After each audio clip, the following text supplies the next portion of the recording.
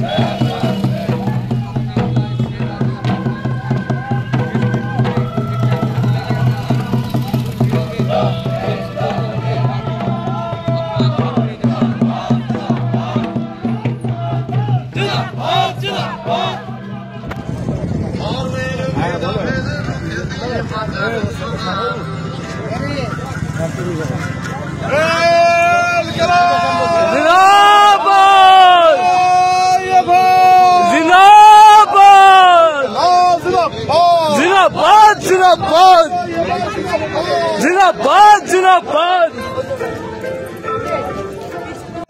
मानছি না মানব না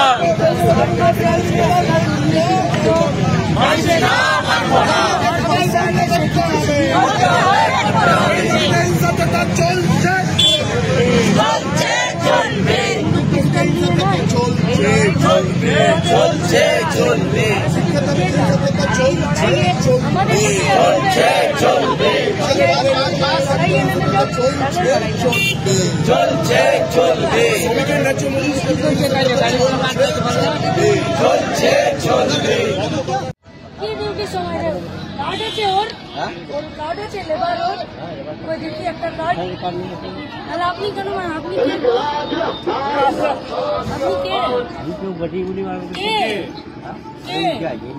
ইনচার্জ কিসের ইনচার্জ আপনি কিসের ইনচার্জ ওই কার্ড দেখি আপনার কার্ড নিয়ে বেরোবেন অবশ্যই দেখুন আমি বেরিয়েছি আমার নাম কি না না না তাহলে আপনি বারণ করবেন কথা বলছি একজন তো বারণ কেন করবে না কথা বলছি আমি অধিকার নেই হ্যাঁ না আমরা বারণ নয় তাহলে কি না না আমরা তো কথা বলার জন্য এসেছিলাম হ্যাঁ আপনি বারণ করছেন কেন আপনি বারণ করছেন কেন আপনি কি ভয় পাচ্ছেন শুনুন আগে কথা আপনি তো একটা শ্রমিক আমরা যদি সবাই যাই আমার পরের কাজ একটু পালু থাকি না এবার পাঁচ থেকে বলতে যে এত করে ইনচার্জ থাকছে তোমার মেয়ে করে থাকছে এটা ধরুন আমরা বলি আমাকে পরের কাজ আরে খাবার সময় তো 2 মিনিট চাও খায় আরে বাবা সেটা বলছি না তাহলে আমরা কথা বলি না শুনুন না পরের আপনি ভয় পাবেন না যদি ভয় পান আপনাকে কালকে এখানেই দাঁড়িয়ে কথা বলার সুযোগটা ওরা দিবে না এবার ধরুন এবার আমি বললে হয়তো আমি একটা কি দুটো মেয়েকে আমরা দেখেছি সেটা সেটাই করেন আমরা বলবেন না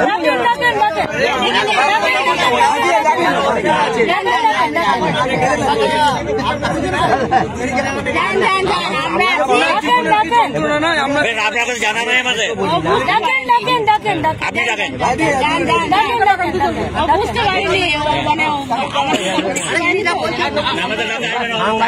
তারা খবর নেই একটা দুটো সবাইকে দিয়ে আপনি ডাকেন না আপনি ডাকবেন ডাকেন জিনিস তো ডাকিন দেন ডাকিন দেন যাকে ডাকবেন ডাকিন দেন কথা বলবেন আপনি ডাকলে ওরা আসবে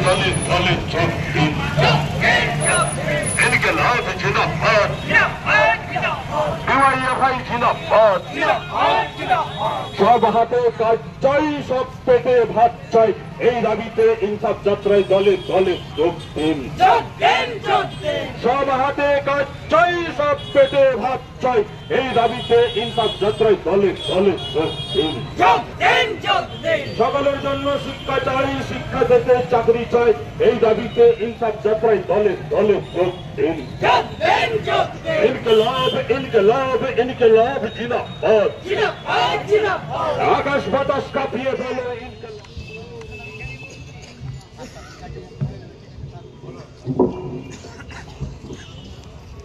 আচ্ছা কংগ্রেস সভাপতি মঞ্চে উপস্থিত আছেন আমাদের প্রাক্তন যুব আন্দোলনের নেতৃত্ব গৌতম দা, উপস্থিত আছেন আমাদের প্রাক্তন বিধায়ক কমরেড ধীরেন লেট। মীনাক্ষী মুখার্জি আছে, কিন্তু গলার অবস্থা খুব খারাপ, বলবে শেষে। এলাকার বিভিন্ন প্রান্ত থেকে আগত কমরেড সকলকে ডিওয়াইএফআই পশ্চিমবঙ্গ রাজ্য কমিটির পক্ষ থেকে রক্তিম অভিনন্দন, নমস্কার, আদাব, প্রণাম জানাচ্ছি। আপনাদের জেলায় ইনসাফ যাত্রা আজকে ঢুকেছে, কাল ঢুকেছে, আজকে চলছে, কাল থাকবে। কিন্তু 3 নভেম্বর কোচবিহারের মাটি থেকে ইনসাফ যাত্রা মানুষের প্রতিদিনের রুটি রুজি জীবন যন্ত্রণার কথাকে আমাদের পদযাত্রীরা যত পশ্চিম বাংলায় গ্রামে শহরের প্রতিটি বুথ প্রতিটি পাড়া দিয়ে এগিয়ে আসছে কলকাতার দিকে, যত এগোচ্ছে মিছিলের লাইন, মানুষের ভিড়, মানুষের আশীর্বাদ, মা বোনদের ভালোবাসা তত বাড়তে শুরু করছে, আর দিদিমণির 14 তলা তত কাঁপতে শুরু করছে পশ্চিম বাংলার অভ্যন্তরে। যারা বলেছিলেন আপনাদের জেলার নাকি বাদশাহ রাজা, রাজ্যের নাকি বাদশাহ হবে, যারা বলেছিলেন চরম চরম ঢাক বাজানোর কথা, হ্যাঁ ঢাক বাজবে, 7ই জানুয়ারি ব্রিগেডের মাঠে ঢাক বাজবে, আর অনুব্রত জেল থেকে নাচবে, বাংলার মানুষ নাচাবে, আর নাচানোর জন্য তৈরি হচ্ছে। বলেছিলেন না খেলা হবে, খেলা হবে তো? খেলা ওদের মাঠে হবে না, খেলা আমাদের মাঠে হবে। তার জন্য মাঠ তৈরি হচ্ছে, পশ্চিম বাংলার মানুষ আর আমাদের ডিওয়াইএফআইয়ের কর্মীরা পশ্চিম বাংলার মাটিতে তৈরি হচ্ছে। এই খেলার মাঠে কিভাবে ওদেরকে গোল দিতে হয় তার জন্য 7ই জানুয়ারি তৈরি হচ্ছে বাংলার জনগণ। কি ভেবেছিল গোটা পশ্চিম বাংলাকে দখল করবে? কি ভেবেছিল গোটা পশ্চিম বাংলাকে শোষণ করবে? এই বীরভূমের মাটি অনেক লড়াই, অনেক ইতিহাস লুকিয়ে আছে এই মাটিতে। বহু কর্মীরা রক্ত ঘামের বিনিময়ে এখানকার বামপন্থীরা রাজনীতি করে। সাথী সভাপতি আমাদের সঙ্গে, আমাদের প্রাক্তনী, আমাদের সহযোদ্ধারা,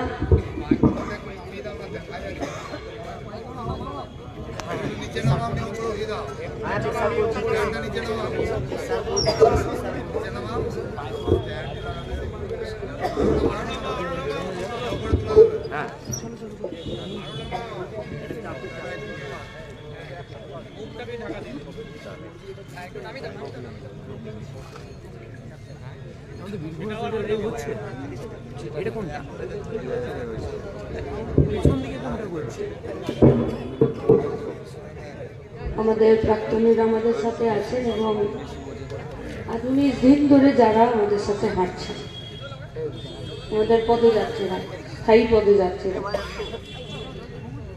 এবং মঞ্চে যারা বসে আছেন, রতন কাহার, কমরেড ধীরেন লেট, যাদেরকে আমরা এখন সম্মান জানিয়েছি, তারা বীরভূমের এটাই পরিচয় ছিল।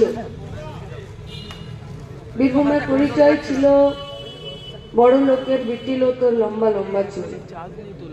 বীরভূমের পরিচয় ছিল বীরভূম শান্তিনিকেতন। বীরভূমের পরিচয় ছিল শিক্ষায়, দীক্ষায়, জ্ঞানে, মান্যে, উন্নত চেতনায়।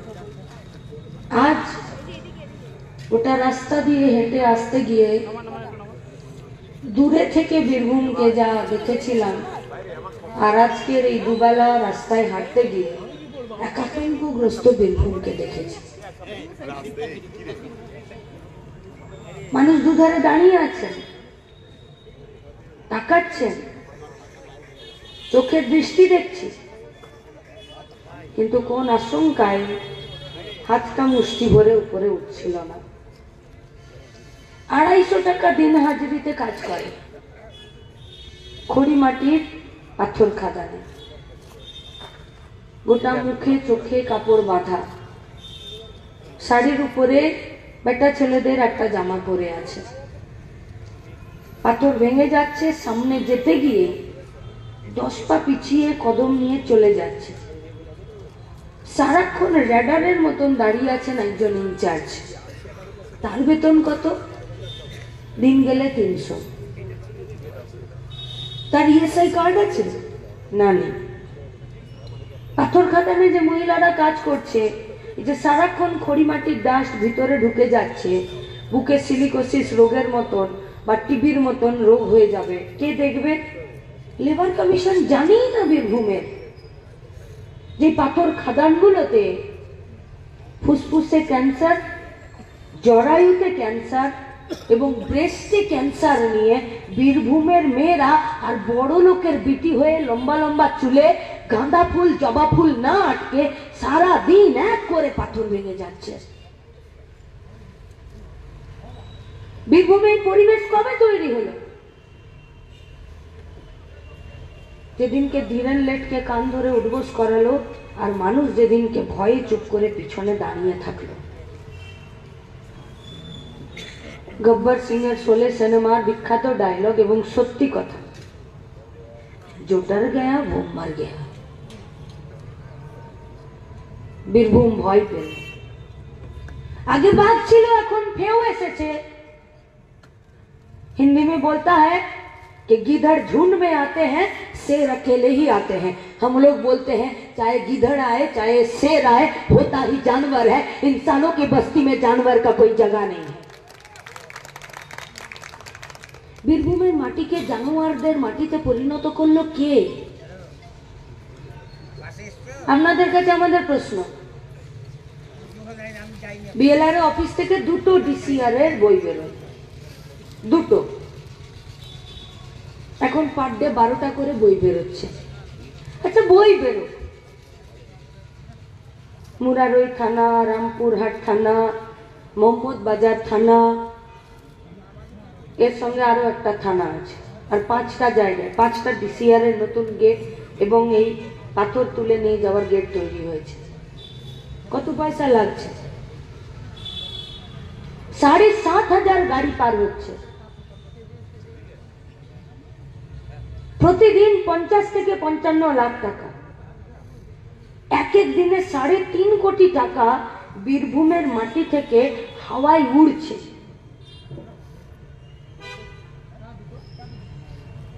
পুলিশ কি বলছে? বলছে কাগজ দেখি। বলছে স্যার কাগজ ওকে আছে। বলছে চল যা কাটাতে ওজন করা। বলছে স্যার একদম ওয়েটও ঠিক আছে। 4 অক্ষরের গালি দিয়ে বলছে বেটা তোকে আমি আন্ডার ওয়েট আনতে বলেছি, যা বালি খাদানে যা, ওভারলোড করে নিয়ে আয়, পার কর, টাকা দে, তারপরে যা। কোন পুলিশ?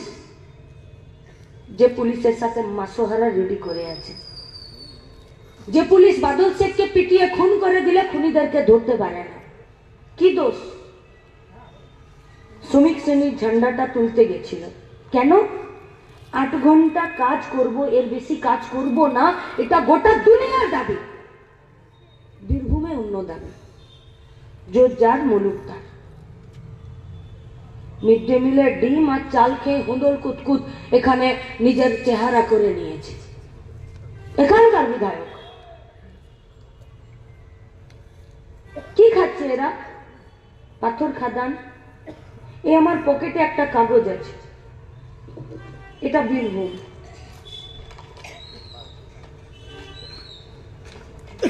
মোহাম্মদ বাজার ব্লকের ভুতুড়া পঞ্চায়েতের বেহিড়া, ভেজেনা, দুমনি, কানিয়ারা গ্রামের আমরা বাসিন্দা।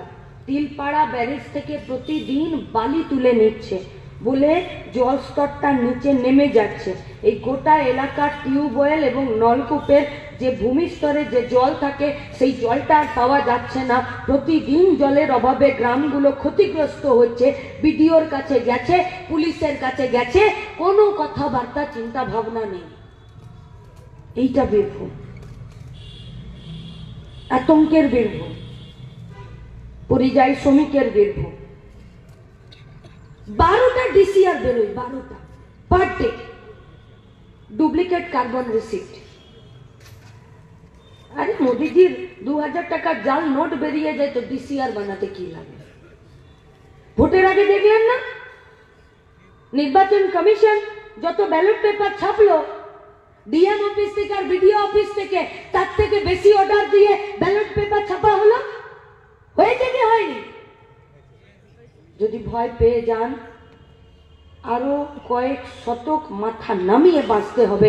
ডিওয়াইএফআই 18টা দিন পথ হাঁটছে, অনুদানে নয় অধিকারে মাথা উঁচু করে বেঁচে থাকার জন্য। তাই আপনাদের দিকে হাত বাড়াতে এসেছি।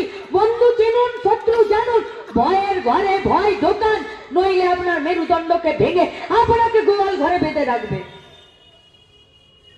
কেন ভয় পাবেন? लेकिन उस डीसीआर में साइन कौन करता है? वीडियो। कौन वीडियो? সেটা আপনাদেরকে ঠিক করতে হবে। আমরা কোচবিহার থেকে আলিপুরদুয়ার, জলপাইগুড়ি, দার্জিলিং, উত্তর দিনাজপুর, দক্ষিণ দিনাজপুর, মালদা, মুর্শিদাবাদ হয়ে বীরভূমে ঢুকেছি। এ রাজ্য আমাদের, ভবিষ্যৎ প্রজন্মের, বর্তমান প্রজন্মের। जिन लोगों का हाथ में इस देश को बचाने का बात था, आज वही लोग इस देश को बेचने पर तुला है। মানুষ ভোট দিয়েছে বিজেপিকে, চাবিকাঠি তুলে দেয়নি, দায়িত্ব দিয়েছে। ঠিক সেম পশ্চিমবঙ্গের সরকারকে, তৃণমূলের পার্টিকে দায়িত্ব দিয়েছে আমাদের জীবন, আমাদের ভবিষ্যৎ, আমাদের নিরাপত্তা, আমাদের সুরক্ষাকে গ্যারান্টি করতে। কিন্তু লাঠি ঢেকি কোনোদিন সেলামে ওঠে না, আর ঢেকি স্বর্গে গেলেও ধানই ভানে। তৃণমূলের নেতারা নিচে থাকলেও চুরি করবে, উপরে গেলেও চুরি করবে, বাইরে ওদের কোনো কাজ নেই। লড়বে কে? আমরা তো এই নভেম্বর মাসে স্বপ্ন দেখতে চাইছি। গৌতমদা আছে, বকুলদা আছে, মতিদা আছে, আরো প্রাক্তনীরা আছে, নাম জানি না, অভিজ্ঞতা কাজের সূত্রে শুধু এনাদেরকে জানি। এর থেকে আরো বেশি প্রাক্তনীরা আছে। তখন আমাদের কাছে এরকম একটা দেশ ছিল, जिस देश को देखकर कोई सपना देखता था कि हम लोगों का भी देश ऐसा होगा जहां पर कोई भूखा पेट सोने नहीं जाएगा। আমাদের দেশেও এরকম কোনো মানুষ থাকবে না যে কর্মক্ষম থাকবে কিন্তু তার কাজ জুটবে না। কিন্তু স্বপ্ন দেখতে গেলে শ্মশানে দেখা যায় না। আজ বীরভূমকে শ্মশানে পরিণত করেছে। স্বপ্ন দেখবো কোথায় আর স্বপ্ন দেখাবো কোথায়, এইটাতেও কোয়েশ্চেন মার্ক লাগিয়ে দিয়েছে। কারা? যারা গরুর লেজ ধরে বাংলাদেশের বর্ডার পার করে দিয়ে নিজেদের ভোটের বৈতরণী পার করেছে। আপনাদেরকে জিজ্ঞেস করছি, ধ্রুব সাহা কার নাম? এখন বলবেন এর নাম, আমাদের প্রেসিডেন্ট, এর নাম তো। আপনাদের এখানেও একটা ধ্রুব সাহা আছে, আছে তো? আছে না? ক টাকার গাড়ি চাপে গো? গাড়িটার বাজার দর কত? 9 কোটি টাকা গাড়িটার বাজার দর। কেন চুপ করে আছে? কেন? তৃণমূলের বিরুদ্ধে লড়ছে তো বিজেপি। একজন तो हीरोइन मिले, हिमानी लिपस्टिक पाउडर से फुर्सत नहीं मिलता था, और बीरभूम का गांव में, बस्ती में, पाड़ा में, मोड़ में घुरे घुरे बोलतो, আমাকে দেখছো তো, দেখতে আমি কত সুন্দর হই, ফুল কেন লাল হয় সে কি বলা যায়, ভালোবাসি সে কথা কি মুখে বলা যায়, বলতো না? বলছে জিতলে আমাকে ফ্রিতে দেখতে পাবে। ওগো তোমাকে ফ্রিতে দেখতে চায় না, পেটে দুবেলা খেয়ে মাথা উঁচু করে বাঁচতে চায়। অ্যাম্বুলেন্সে করোনার সময় গরু পাচারের টাকা পাচার করার জন্য এটা গ্রিন করিডোর করতে গিয়ে তোমাকে রাখা হয়নি। সারদার যে বাইক বিক্রি হয়েছে, সারদা কোম্পানির যে বাইক তৈরি হয়েছিল, তার অ্যাম্বাসেডর কে ছিল? এই এখানকার সাংসদ শতাব্দী রায় আজ বলতে পারবে যে না আমি ছিলাম না? গরিব মানুষকে সর্বশান্ত করে সারদার টাকা অ্যাম্বুলেন্সে পার হয়েছে এই বীরভূম থেকে। আর সারদার এজেন্ট তার বাড়ি ঘরদোর ভেঙে দিয়েছে। আর সারদায় যে আমানত রেখেছিল সে তো সুইসাইড করে নিয়েছে। দিদিমণি এখন খোঁজ খবর করছেন যে সুইসাইড করলো তার বউয়ের সাথে আগের দিন তরকারিতে নুন দিয়েছিল কি দেয়নি, তার নিয়ে ঝগড়া হয়েছে কিনা। এ আমার বীরভূম নয়, এ আমার রাজ্যের সরকারও নয়, এ আমার দেশের সরকারও নয়। কেন চুপ করে আছে बीजेपी? नहीं, हम लोग नहीं बोलने चाह रहे हैं कि तृणमूल और बीजेपी में सेटिंग है। तुम्हार जा खुशी तुम्हें ताई करो। वो गुज्जर का मेला वाला फिल्म है, मेरे जी को भाया मैंने कुत्ता काट के खाया। तुम आगे काटबे पीछे काटबे तुम्हार ব্যাপার, আমরা বলার কেউ নেই। लेकिन सवाल का जवाब तो देना पड़ेगा। मुकुल राय आज बीजेपीতে আছে না তৃণমূলে আছে? ভোটে জিতেছিল বিজেপি থেকে। নেতা আজকে তৃণমূলের। বিধানসভার স্পিকারের চোখে ছানি পড়েছে নাকি রাতে ঘুম হচ্ছে না নাকি সুগার প্রেসার হাই হয়ে গেছে যে বুঝতে পারে না দলত্যাগ বিরোধী আইনে তার এমএলএশিপ খারিজ করতে হয়? কে ছিল মুকুল রায়? ক্যাগের চেয়ারম্যান। ক্যাগে কি হয়? মিড ডে মিলে কত টাকা খরচা হলো, প্রাইমারি হেলথ সেন্টারে কত টাকা খরচা হলো, দেউচাপাচামিতে টাকা বরাদ্দ হয়ে এখানে খনি থেকে এই টাকা পয়সা তুলবে কিনা, পাথর তুলে কোথায় দেবে, তার কত টাকা খরচা, কত টাকা থাকবে, তাই তো করে ক্যাগের চেয়ারম্যান। ক্যাগের চেয়ারম্যান কাকে করে? বিরোধী দলের নেতাকে করে বা বিরোধী পক্ষের একজন এমএলএ কে করে। এর আগে ছিল মুকুল রায়, তারপরে তো পাগল হয়ে গেল, মেয়েতে হু পাগল। এক কানে জবা ফুল না এক কানে জোড়া ফুল, এক কানে পদ্ম ফুল নিয়ে, আর এখন হয়েছে কৃষ্ণ কল্যাণী বিজেপির এমএলএ, উত্তর দিনাজপুর রায়গঞ্জের এমএলএ। চাকরি বিক্রি করেছে পার্থ, কৃষ্ণ কল্যাণী জানতো না? জ্যোতিপ্রিয় 21,813টা রেশন দোকানের 119 মাস ধরে 6,000 করে টাকা মারলো, জানতো না? 1,66,00,000 রেশন কার্ডে 36 মাস 5 কিলো করে চাল বাজারে 40 টাকা দরে বেচে দিল, কৃষ্ণ কল্যাণী জানতো না? বিজেপির নেতা জানতো না? 8,000 স্কুল তৃণমূলের সরকারটা এরা বন্ধ করে দেওয়ার জন্য লিস্ট দিয়ে দিয়েছে, কৃষ্ণ কল্যাণী জানে না? কৃষ্ণ কল্যাণীও জানে, মুকুল রায়ও জানে, ধ্রুববাবুও জানে। দুর্নীতি করতে গেলে টপ টু বটম সেটিং লাগে, দুর্নীতির বিরুদ্ধে লড়তে গেলে কোমরের ধক আর বুকের কলেজা লাগে, তাই আরো 19টা দিন ধরে ডিওয়াইফাই মারছে। এই वर्ल्ड कप একটা एडवर्टाइजमेंट देखছিলেন তো कि पुराना क्रिकेटर खेलता था सोचकर, अभी का प्लेयर खेलता है ठोककर, तो আমরা এই ठोककर ही खेलना चाह रहे हैं। আর তাই 19টা দিন ধরে হাঁটছি ব্রিগেডের মাঠে, আপনাদেরকে ডাকতে চাইছি। কেন? কারণ এই বীরভূমের শ্মশানেও নতুন করে স্বপ্ন দেখতে হবে, নইলে বীরভূম আর বাঁচবে না। আমরা লাল সালাম জানাচ্ছি ধীরেনলেটদেরকে। কতজন থাকে এরকম বুকের পাটাওয়ালা বিধায়করা? কতজন থাকে? আরে তোমার সময় এসেছে, তুমি আজকে কান ধরে উদ্ঘোষ করিয়েছো, মাথাটা ফেটিয়ে দিয়েছো।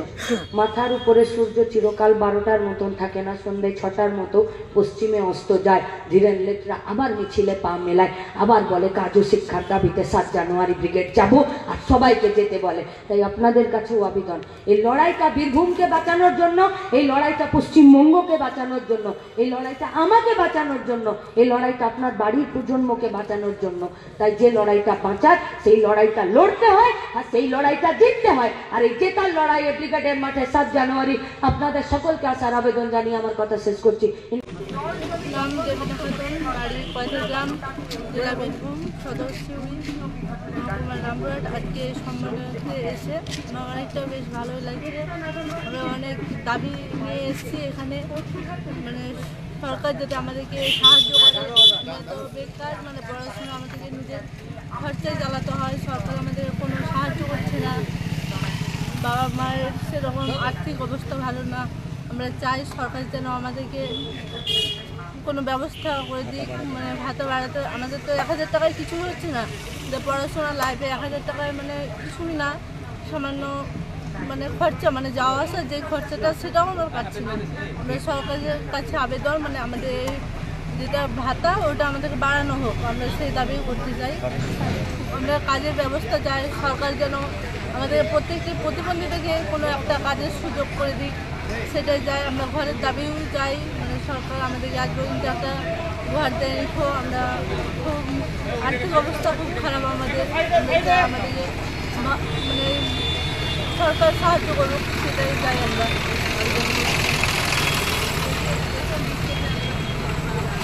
রেশনের ভূমিকা, মানে রেশন কালেক্টরের যেটা নাম উঠানো হয় 100 দিনের কাজের যে বার্তা সেটা যেন আমরা পাই, সে দাবিতে আজকে আমরা এই মিছিলে নেমেছি। সরকারের কাছে আমরা অনুরোধ যে আমাদের কোনো একটা কাজের সুযোগ করে দিন, সেটা আমরা আবেদন করি।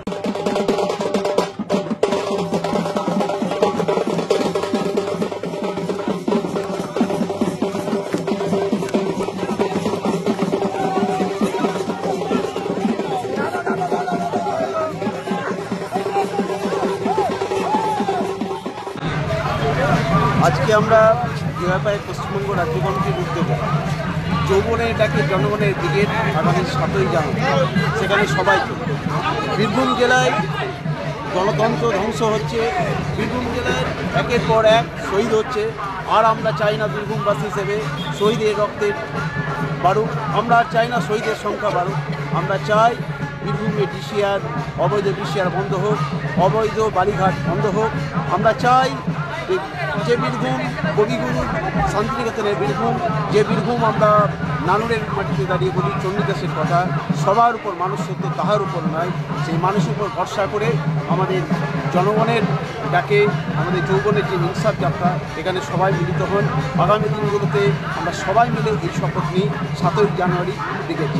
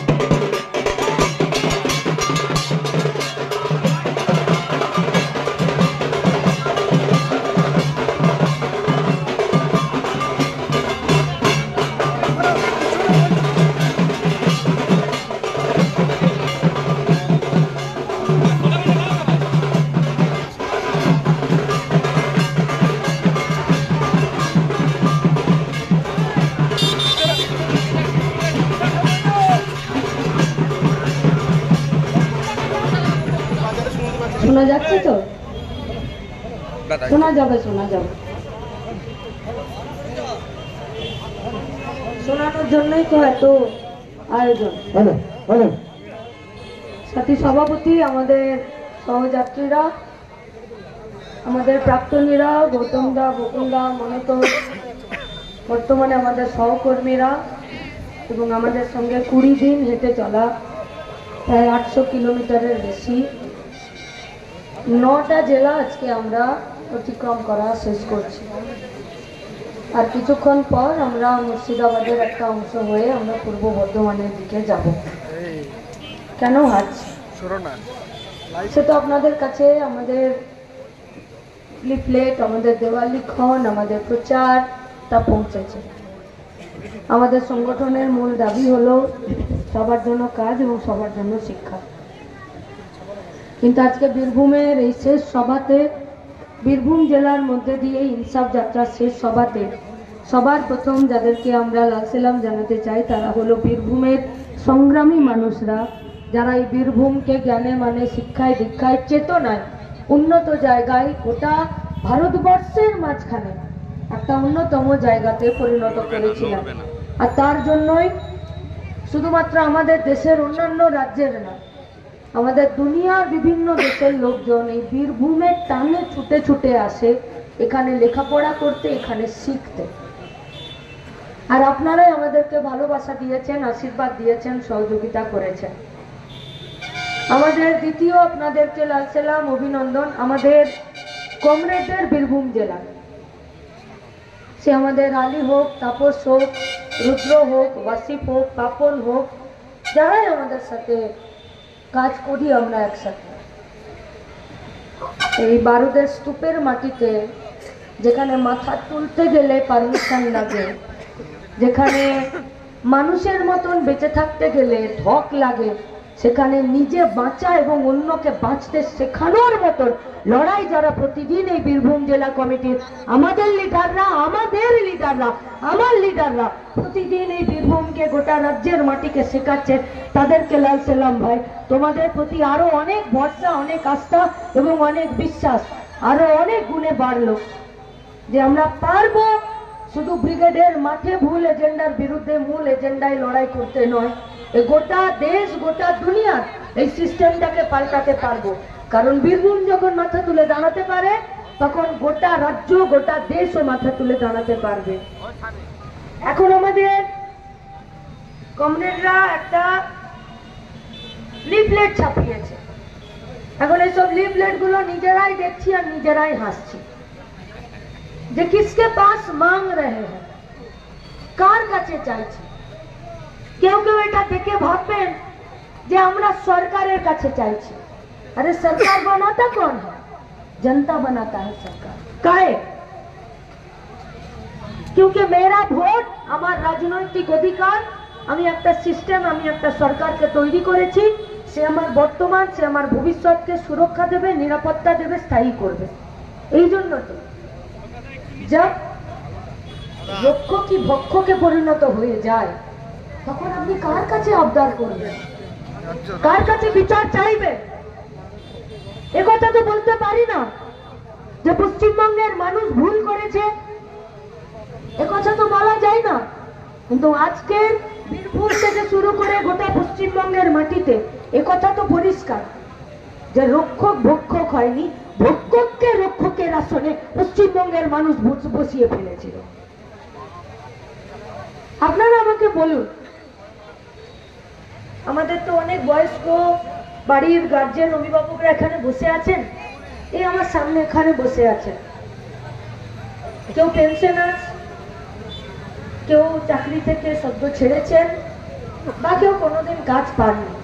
বুকে হাত রেখে বলুন, বামপন্থী সরকার পশ্চিমবঙ্গে 34টা বছর শিক্ষা, স্বাস্থ্য, বাসস্থান, খাদ্য মানুষের কাছে পৌঁছে দেওয়ার জন্য লড়াই করেছিল।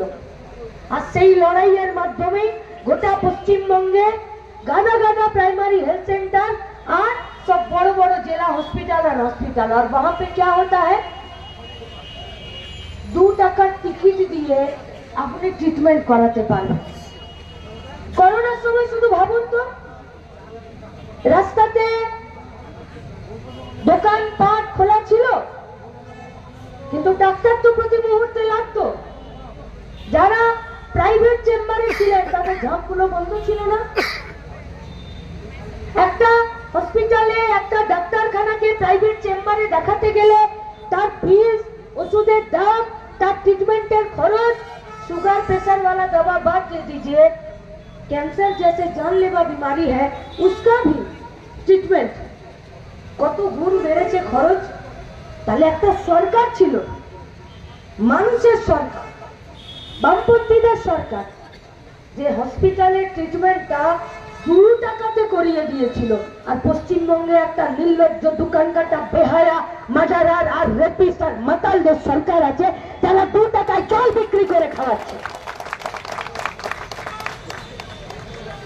সরকার জল দিতে পারে না।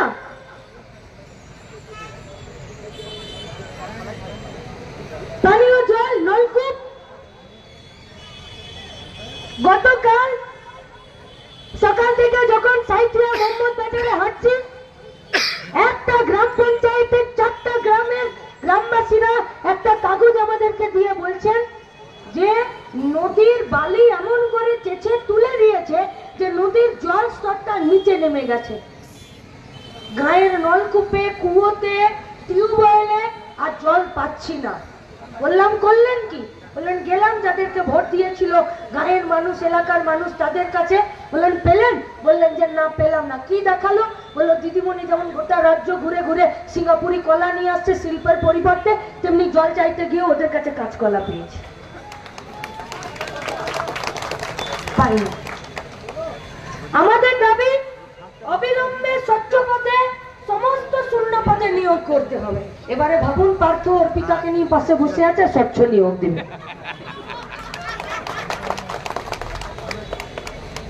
এত টাকা মানুষে গুনতে পারছে না, মেশিন আনতে হবে। কিসে নিয়ে যাবে?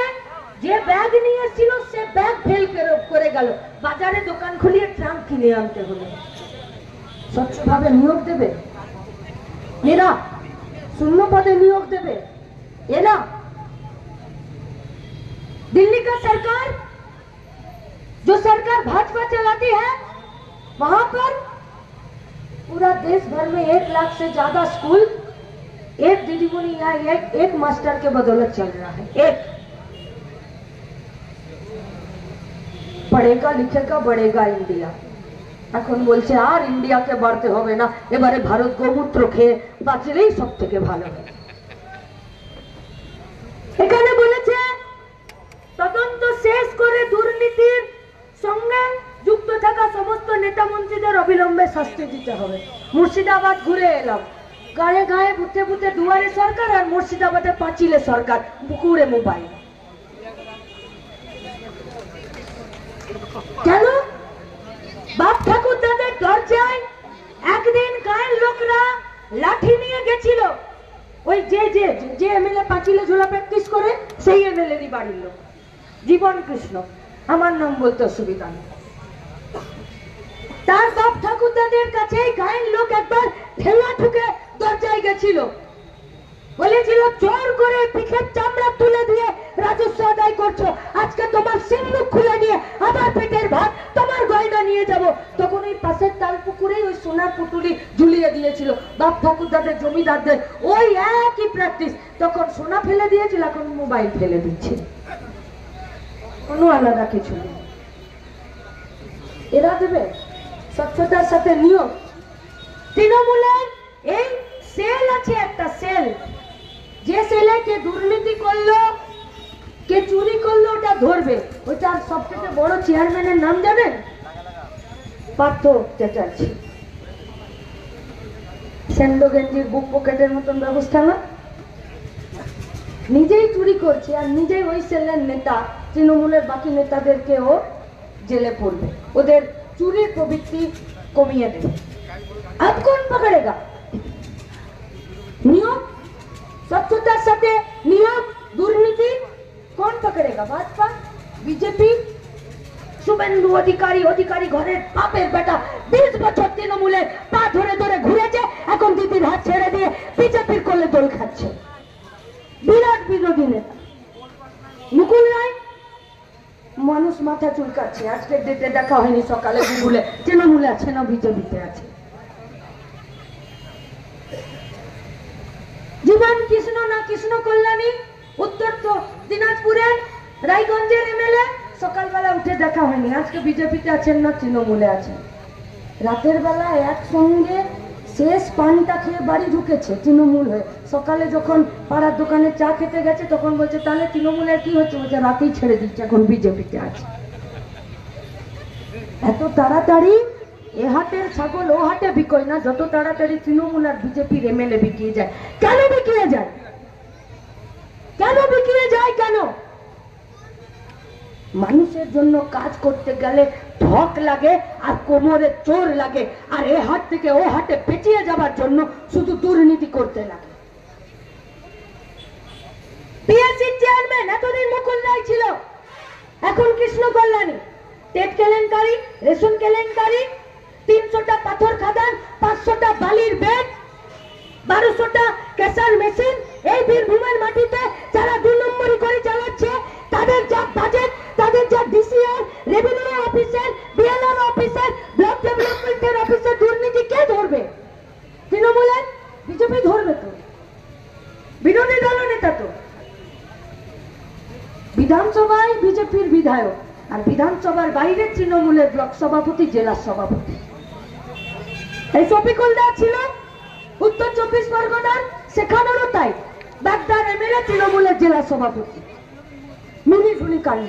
আমরা একবারও বলছি না তৃণমূল আর বিজেপির মধ্যে সেটিং আছে, কিন্তু আমরা এটা বলতে চাই যে মানুষকে টুটি টিপে মারার জন্য দুজনের অবশ্যই মানুষের বিরুদ্ধে কাজ আছে। এখানে লিখেছে, আমরাই লিখেছি, 100 দিনের কাজের বকেয়া টাকা অবিলম্বে গরিব মানুষের অ্যাকাউন্টে দিতে হবে, অবিলম্বে দিতে হবে। अरे सबका बैंक अकाउंट में 15 लाख रुपए आने का बात था, এখন 100 দিনের টাকাও যাই অবস্থা হয়ে গেল। ব্যাংকের অ্যাকাউন্টে 15 লাখ টাকা আসার কথা ছিল তো बीजेपी। इसी बात पर तो वोट मांगे थे, घर घर मोदी, हर हर मोदी। एक वीर था जिसका नाम सावरकर था, बीजेपी नेता, वो अंग्रेजों से माफी मांगकर वीर बन गया। और एक था रामदेव बाबा, जो गैस सिलेंडर का दाम 350 रुपए करने के चक्कर में सलवार पहनकर वो भी अमीर बन गया। और एक है देश का प्रधानमंत्री, 10 लाख का सूट पहनता है और पहनकर वो फकीर बन गया। अरे खुद फकीर बनो, देश को क्यों फकीर बना रहे हो? 15 লক্ষ টাকা ব্যাংক অ্যাকাউন্টে আসার কথা ছিল, সেখানে পশ্চিমবঙ্গের মাটি থেকে, ভারতবর্ষের মাটি থেকে 100 দিনের কাজকে তুলে দিতে চাইছে, তুলে দিতে চাইছে। 100 দিনের কাজের টাকা, 100 দিনের কাজ তুলে দিলে কি হবে? কারখানা আছে, সোহম বলেছে একটা আলপিন তৈরির কারখানা দেখিয়ে দিন, না পারবে না। যেখানে ঘুরতে যান ঘুরে নিন, নেই কারখানা, চাষে লাভ নেই, শহরে কাজ নেই, কারখানা নেই, পরিযায়ী শ্রমিক আছে। তাহলে কাজ যেটুকু বেঁচে ছিল সেটুকু তো শুধু গ্রামের 100 দিনের কাজ। কোন উদ্দেশ্যে, কোন লক্ষ্যে, কোন তোমার ভাড়া ভাতে ছাই আমরা ফেলে দিয়েছিলাম যে তুমি 100 দিনের কাজের টাকা কমিয়ে দিচ্ছ, আর তৃণমূল 100 দিনের কাজের টাকার হিসাব দিচ্ছে না, আর বিজেপির পার্টিটা 100 দিনের কাজটাকে তুলে দিতে চাইছে। पूछिएगा सवाल, राजनीति, ये सवाल सामने ना आए इसीलिए वो लोग खून करते हैं, मर्डर করে। হ্যাঁ আমরাই বলেছিলাম, কেউ কেউ বলছে যে অনুব্রত নাকি বীরভূমের বাঘ, পশ্চিমবঙ্গের বাঘ। আমরা বলছি জঙ্গলের যদি বাঘ হয় তাহলে সে বাঘকে অভয়ারণ্যে সংরক্ষণ করার দায়িত্ব পশ্চিমবঙ্গ আর ভারতবাসীরা নেবে। কিন্তু বাঘ যদি মানুষ থেকে হয় তাহলে বাঘের চামড়া ছাড়িয়ে দিয়ে দেওয়ালে টাঙিয়ে রাখতে হয়। রেখেছে, কিন্তু বাঘ চলে গিয়ে এখন ফেউ এসেছে। कल रात को भी बोले थे कि मेरा एक दोस्त बोलता है कि देखो বীরভূমের বাঘ ছিল, একা আসতো, কাউকে লাগতো না। और अभी फेव गिधड़ आता है, और गिधड़ झुंड में आता है, দলে দলে আসছে না এখন দলে দলে ফেউগুলো। নদী ঘাট, বালি ঘাট, পাথর খাদান, ক্যাশার মেশিন, 100 দিনের কাজ, সারের কালোবাজারি, আবাস যোজনার ঘরে দুর্নীতি, নিয়োগের ক্ষেত্রে স্বচ্ছতা, শান্তিনিকেতনের পাঁচিলকে ভেঙে দেওয়া, কলেজের ভেতরে, স্কুলের ভেতরে মিড ডে মিলের চাল চুরি করে নেওয়া। আসছে না সব ফেউগুলো দলে দলে। अरे वो शेर हो या वो गीदड़ हो, होता है जानवर ही है। और इंसानों का बस्ती में जानवर का कोई जगह नहीं होता है। তাই মানুষ যদি ঘুরে দাঁড়ায় জানোয়ারদের কোনো বাস ভারতবর্ষের পশ্চিমবঙ্গের মানুষের বস্তিতে হবে না। এবার আপনাদের কাছে আমাদের কথা, কেন খুন করে ওরা? तमेशा बीबी, राशिद शेख, मुख्तार शेख, लाल बाबू शेख, कुरबान शेख, सुनील हाजरा, अब्बू शेख, शेख फिरोज, एमनकी आमादेर दीर्घदिनेर एमएलए, बार कयेकेर एमएलए कमरेड आनंद दास, बुड़ो शेख, मुर्तुजा शेख, बादल शेख। যত খুন হয়েছে তত আমাদের ঝান্ডার যে লাল তারাটা আছে তার রংটা আরো গাঢ় হয়েছে। যত রক্ত মাটিতে পড়েছে, মাটিটা পিছল হয়নি, ওই পিছল মাটিতে আমাদের পাটা ততটা শক্ত হয়েছে।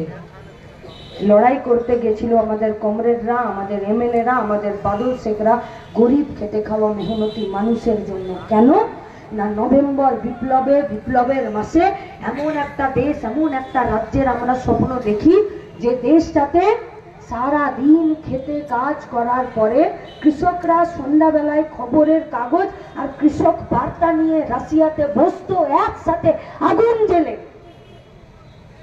আর আগুনের ধারে সব কৃষকরা বসতো আর বসে খবরের কাগজ নিয়ে পড়তো।